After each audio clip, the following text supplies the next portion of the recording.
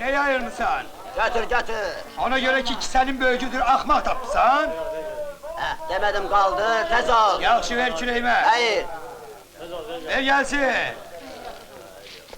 Al.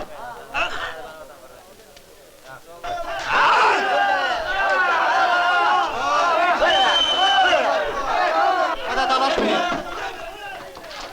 Şişti.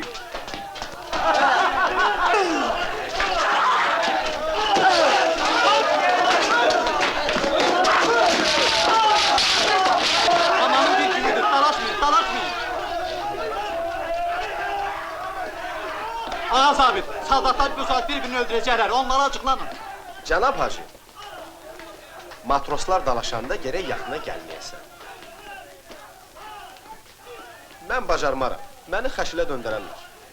Darıxma, vuruşarlar, dalaşarlar, sonra yenə sakitləşərlər, yükün yerdə qalmaz. Bəs bu biabırçılıq nə vaxt qurtaracaq?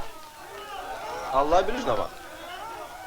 Hələ təzəcə başlayıblar. Burada var yoxun əldən gedir ağa zabit. Siz isə mən boyda kişini məskəriyə qoyursunuz. Mən sizdən şikayət edəcəyim. Ay hacı, axı belə olmaz, səhərdən Necə? gözləyirik, biz boşaldın. Mən sizə göstərərəm it uşaqları, ölkə yiyəsiz deyil.